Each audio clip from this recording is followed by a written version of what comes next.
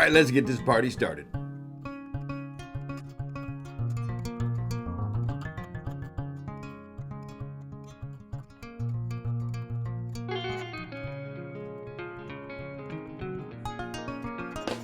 Hey everybody, this is David Bradley from richmansgym.com, and this is the Rich Man's Gym Podcast, a personal development podcast dedicated to strength and conditioning for body, mind, and spirit. So if you, like me, are looking to level up, expand, and then tap into your true potential, then you, my friends, you are in the right place. So thank you for being here. Let's get started. Oh, hey, super duper quick. If you are getting value from the Rich Man's Gym Podcast, please and thank you. Subscribe and share. Okay, either one in either order I'm good with, but share it out there in the cyberspace. Because listen, if you're getting something out of it, then maybe somebody else out there in cyberspace is just waiting for you to share it. They don't know it yet, but they're waiting for you to share it so they can get something out of it too. Also, if you subscribe, then you don't miss nothing. So thanks in advance for doing that. Also, let's get a couple words from some of our sponsors. Today's episode of the Rich Man's Gym Podcast is brought to you by the My High Sauna Blanket. I'm going to be crawling into one later on tonight. Listen, if you work out and you work out hard and you're getting up there in years or a little long in the tooth, I cannot tell you how important proper recovery is, and the My High Sauna Blanket has helped this guy who's got two thumbs and recovers better because of the My High Sauna Blanket. This guy, right? I recover better. That was so stupid. It helps my body detox. I sweat more. I drink a lot of water before I go in there. I get in there and I just sweat it on out. Okay. It also helps with just keeps the mind calm, and it helps the body relax. I know I'm sleeping better because of that thing. It does burn some excess calories because when you start getting hot and sweaty, heart rate goes up a little bit. So it's almost like a micro workout, and it seems like my skin is improving. So there's a lot of really cool benefits you can get from the My High Sauna Blanket. And if you'd like more information, head on over to richmansgym.com/myhigh. When you go to that website and you decide to hook up on one of these things, you actually get a 30-day risk-free trial. Send it back if you don't love it, and you help support the podcast. So that's kind of cool, right? So go check out richmansgym.com/myhigh. That's richmansgym.com/myhigh, and get yourself a sauna blanket. It's the most portable sauna on the planet, and I freaking love mine. So check it out. Today's episode is also brought to you by TeePublic, sort of. Hey, you like my shirt? Right? Would you like one for yourself, or would you like some other cool shirts that you can find over at richmansgym.com/swag? That's richmansgym.com/swag, where you can find all sorts of really cool Rich Man's Gym associated and affiliated t-shirts. You can also make them into stickers. You could get coffee cups, right? The big seller right now is shoulder work ahead. Looks like a road sign. And check it out. Yeah, that one. So it looks like a road sign. You can put it on, let everybody know what day it is at the gym if you still go to a conventional gym. Either way, it's a cool shirt, and I freaking love it. So check that out as well. That's richmansgym.com/swag. richmansgym.com/swag. Check that out. Also, if you decide to get one of them shirts, it's another way to help support the podcast. So let's do a quick little grace update. Grace! I did something different last week. So I didn't go for full-on grace, and that's 30 for those of you not following along or first-timers. Welcome. Grace is a CrossFit workout. It is 30 clean and jerks, 4 times as quickly as you possibly can. I'm getting really close to being sub 6 minutes, and I thought last week that I'd take, because I came out pretty sore after that one, so I thought I would take a week, not necessarily of rest, but a week of strength. So I, instead of doing clean and jerks with 135 on the bar for time, I took my time and I put 155 on the bar, and I did the same amount of 30 reps in a ladder format. I did it only up to 3. So I did 1 rep, took a break, 2 reps, took a break, 3 reps, took a break, and then repeated that until I hit 30 reps. Whew. It's amazing what an extra 20 pounds does, but man, I took my time on it and just really practiced on getting my form and staying tight, and so it felt really, really good afterwards, and it was sort of a good sort of back off without really backing off.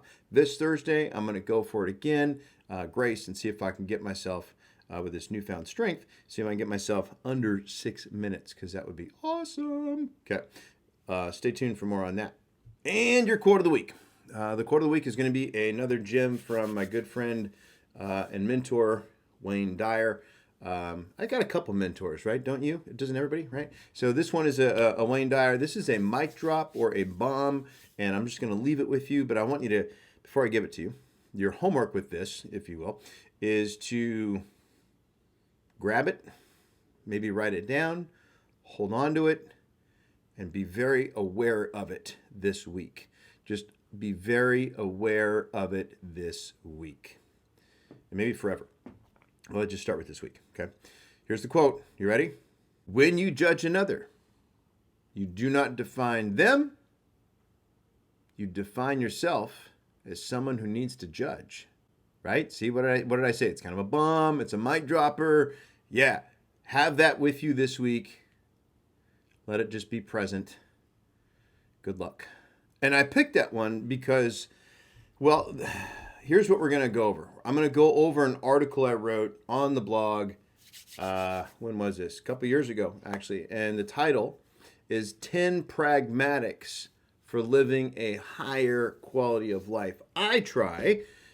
Well, there is no try, only do. So I make a concerted effort, right? Okay, to be very pragmatic about things. It's part of my personality. So these are 10 pragmatics for you living a higher quality of life. These are things that I'm working on always. Don't know if you're ever going to become a master of these 10 things, but it's definitely worth putting some attention on and seeing if you can improve in these areas. So here's the summary, or here's the story. I found these 10 pragmatics over time. It didn't all happen at once. And I'd like to just, let's talk about the word pragmatic for a second, right? I just said that's part of my personality, but do we even know what it is? Well, pragmatics, it's a subfield of linguistics.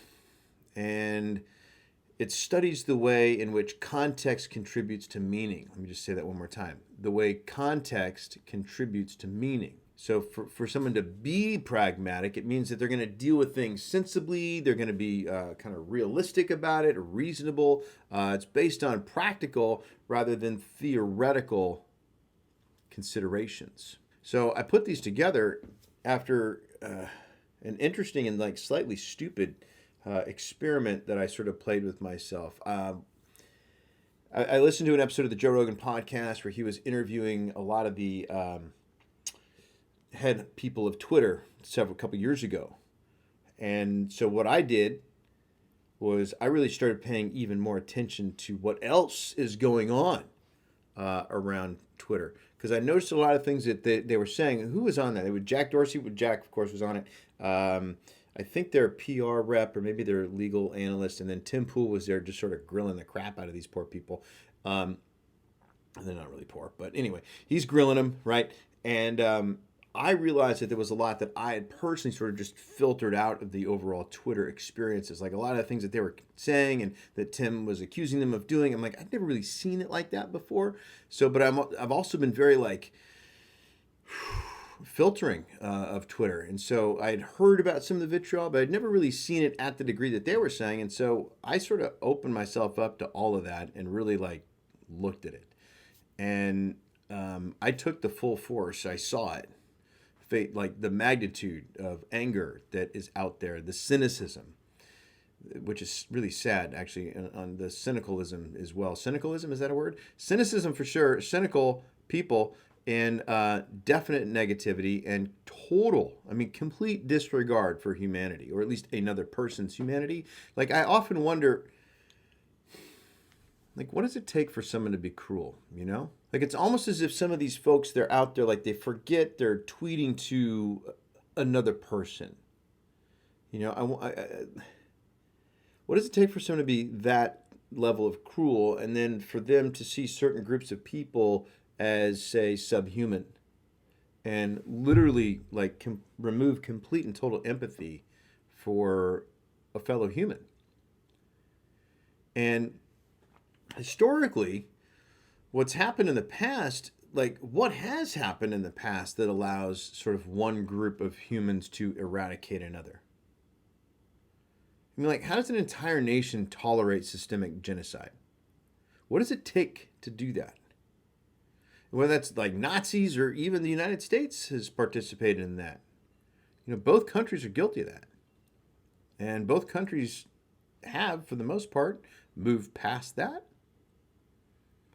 So now here we are as a global community, and then also as a cyber community on the Twitter. Man, we are challenged right now with seeing.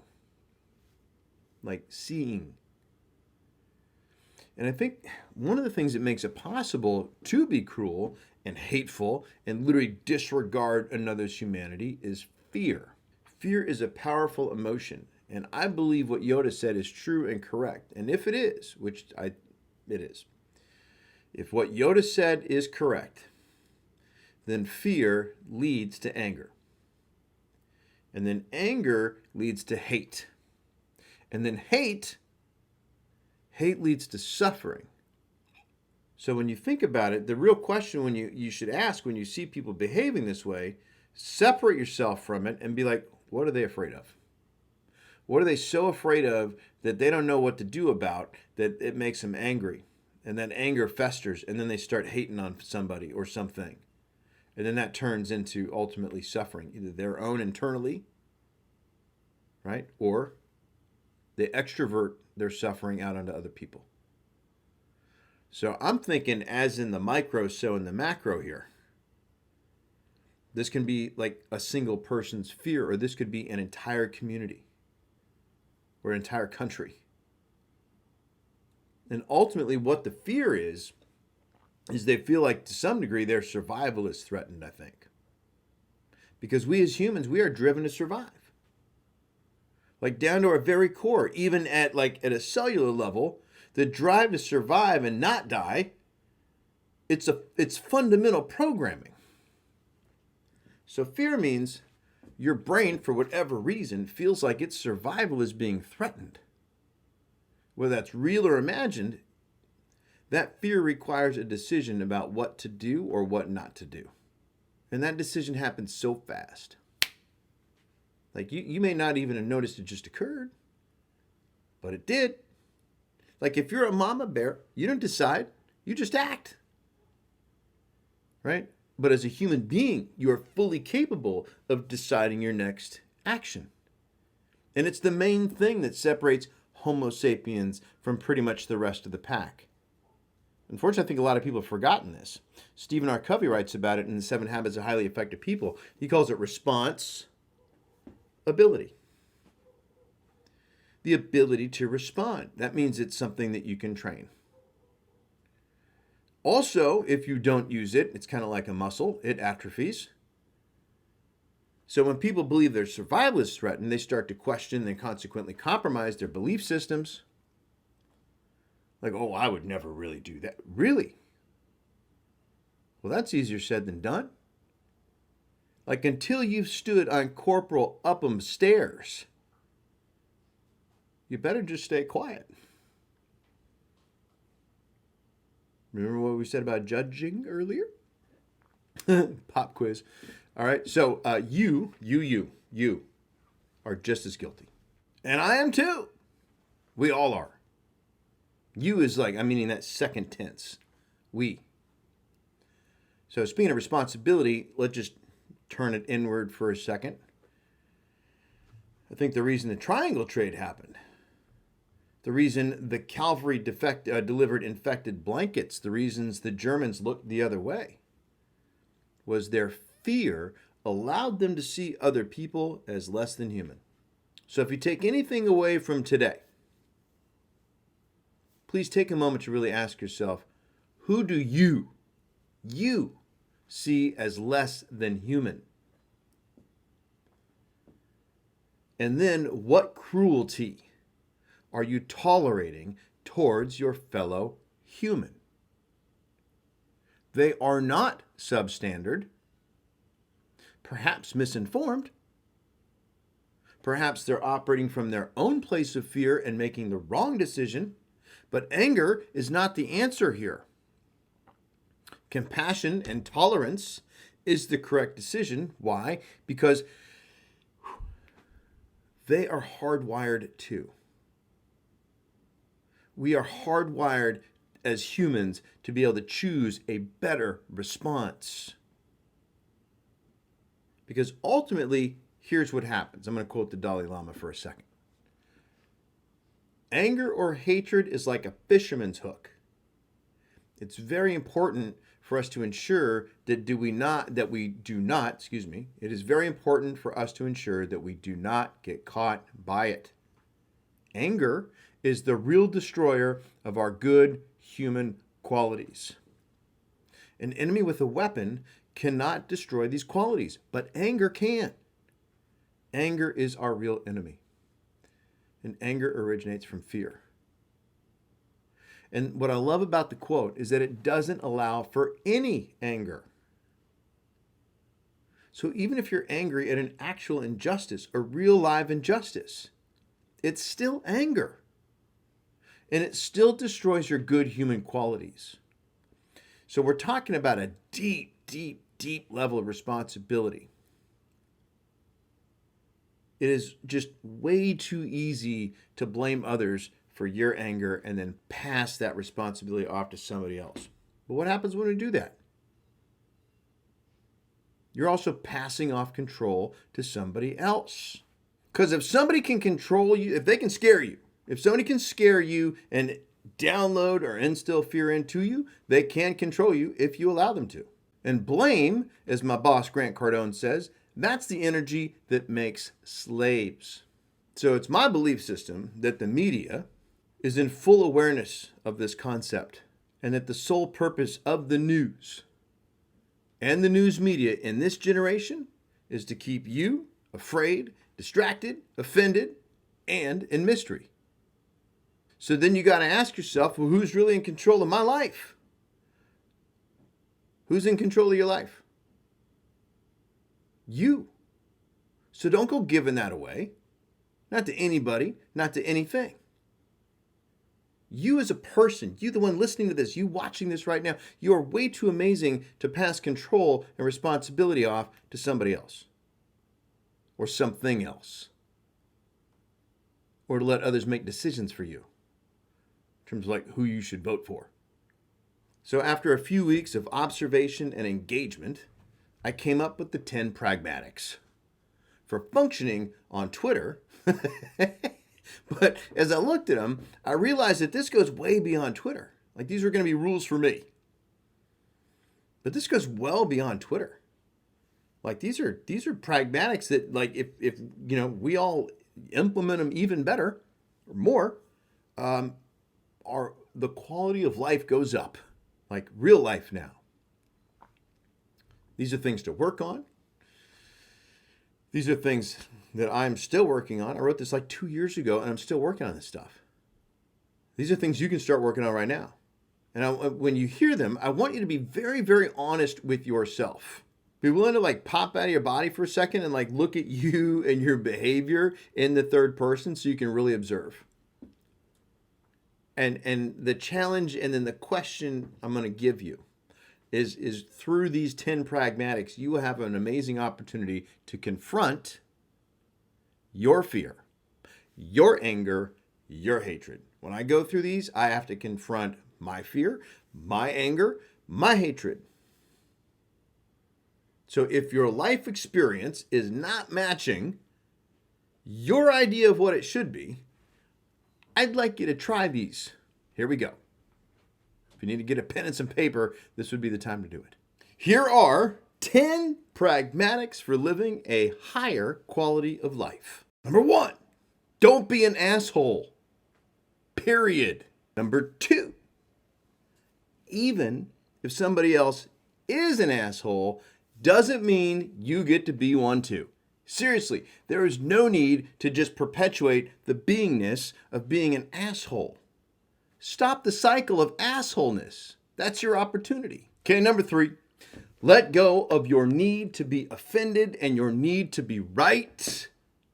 Man, your time on earth is too short, and it is way too valuable to spend it being offended and looking for outside validation. Number 4, you, the one listening right now, you are not limited by your color, sex, ethnicity, religion, sexuality, or anything else that makes you uniquely glorious. You are not limited. Number 5, anyone who tries to give you any type of label and then convince you that because of that label, you are somehow incapable, have limited potential, or you're at some disadvantage, know this: that person in reality is the real oppressor, and they are not a true friend.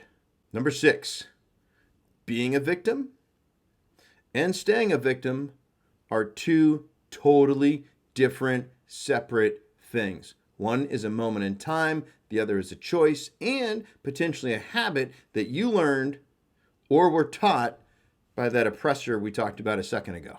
7, you elevate others when you elevate yourself. You can be a better human by being a better human.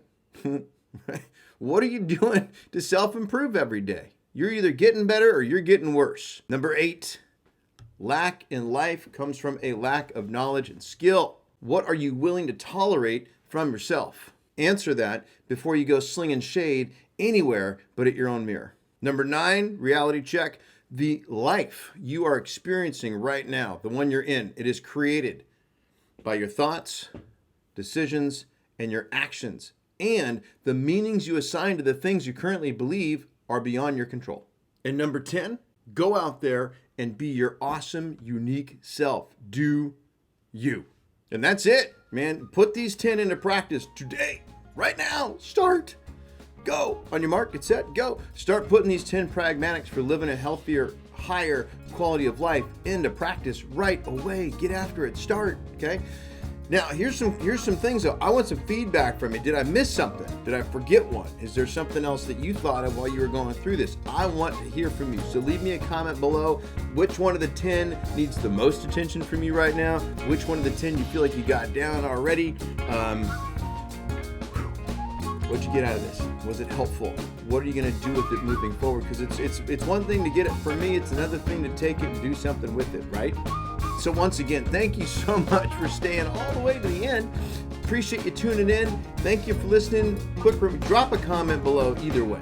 Like, what'd you get out of this? How did it help? Share it out into the cyberspace if it did help you. Or if you think I'm nuts, man, hey, listen to this crazy dude over here. Share it. I don't care. Share it out there, okay? Get it out there. If you haven't subscribed already, go ahead and knock that out. Thank you again for listening. This is Rich Man's Gym, strength and conditioning for body, mind, and spirit. Thanks again for listening. See you soon.